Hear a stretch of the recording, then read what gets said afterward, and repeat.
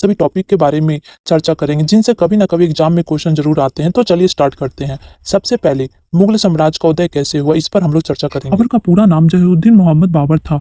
उन्होंने मुगल साम्राज्य की स्थापना भारत में इब्राहिम लोदी को हराकर की थी। और जब पानीपत का लड़ाई 1526 में हुआ था तब इब्राहिम लोदी को उसमें हरा दिए। और इनका जन्म 14 फरवरी 1483 में हुआ था। वह तैमूर और चंगेज खां के वंशज माने जाते हैं। बाबर ने अपनी आत्मकथा बाबरनामा लिखी।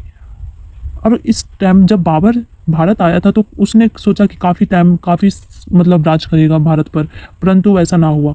वह सिर्फ 1526 से 1530 तक ही शासन कर पाया। बाबर जो थे कई युद्ध लड़े, जैसे कि पानीपत की लड़ाई, खानवा और चंदेरी और घाघरा जैसे युद्ध शामिल हैं। बाबर ने अपने बेटे हुमायूं को शासन संभालने का दायित्व दिया। बाबरनामा के बारे में हम लोग पढ़ेंगे। बाबरनामा जो कि बाबर की आत्मकथा थी और उसमें कई उनके विजयों के बारे में, संस्कृति के बारे में जानकारी प्राप्त होती है। बाबर ने अपनी आत्मकथा को 3 हिस्सों में बांटा है। पहला 1494 में फरगान के राजा बनने से लेकर 1503 तक का था। इस दौरान अपना पैतृक राज्य उन्हें गंवाना पड़ा। दूसरा दौर था 1504 से काबुल का शासक बनने से लेकर 1525 तक का दौर। और लास्ट दौर था, मतलब टाइम था, अप्रैल 1526 में दिल्ली का बादशाह बनने के बाद से लेकर सितंबर 1529 तक भारत के पूर्वी हिस्सों में सत्ता का विस्तार उनकी आत्मकथा का अंतिम दौर था।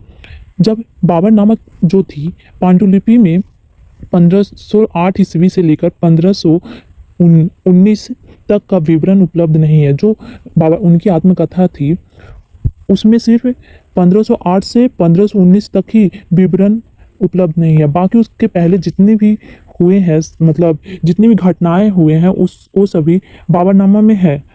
सिर्फ 1508 से 1519 तक का विवरण उसमें उपलब्ध नहीं है।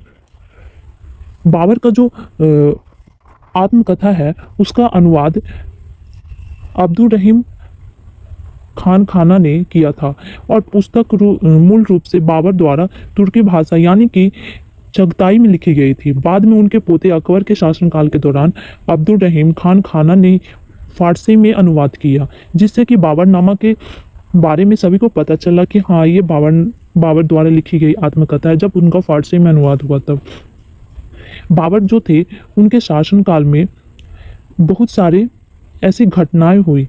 वो काफ़ी कम टाइम तक भारत में शासन कर पाए। वह चाहते थे कि लंबे टाइम तक वह शासन कर पाए, परंतु वो ऐसा ना हुआ। किसी कारण उनकी मृत्यु हो गई थी। उन्होंने 1519 से 1526 तक भारत में 5 बार आक्रमण।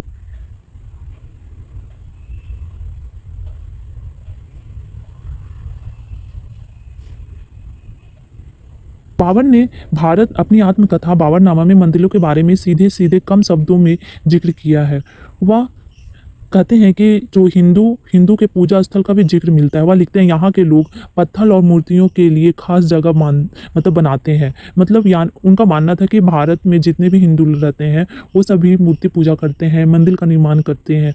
हालांकि जो बाबर थे वह हिंदू धर्म के खिलाफ कोई तीखी निंदा नहीं करते। वह लिखते हैं उनके रीति रिवाज मुझे अजीब लगते हैं, लेकिन यहाँ पर कोई अपने तरीके से जीता है।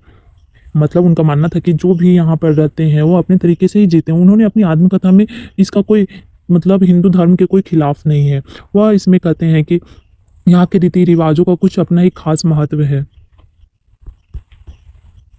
उनकी मृत्यु 26 दिसंबर 1530 को आगरा में हुई थी। प्रारंभिक रूप से उन्होंने आगरा के आरामबाग में दफनाया गया था, लेकिन बाद में उनकी इच्छा के अनुसार उन्हें काबुल में दफनाया गया। उनकी मृत्यु का कारण कोई स्पष्ट नहीं कर पाया, लेकिन कुछ इतिहासकारों का मानना है कि उनकी मृत्यु बीमारी के कारण हुई थी।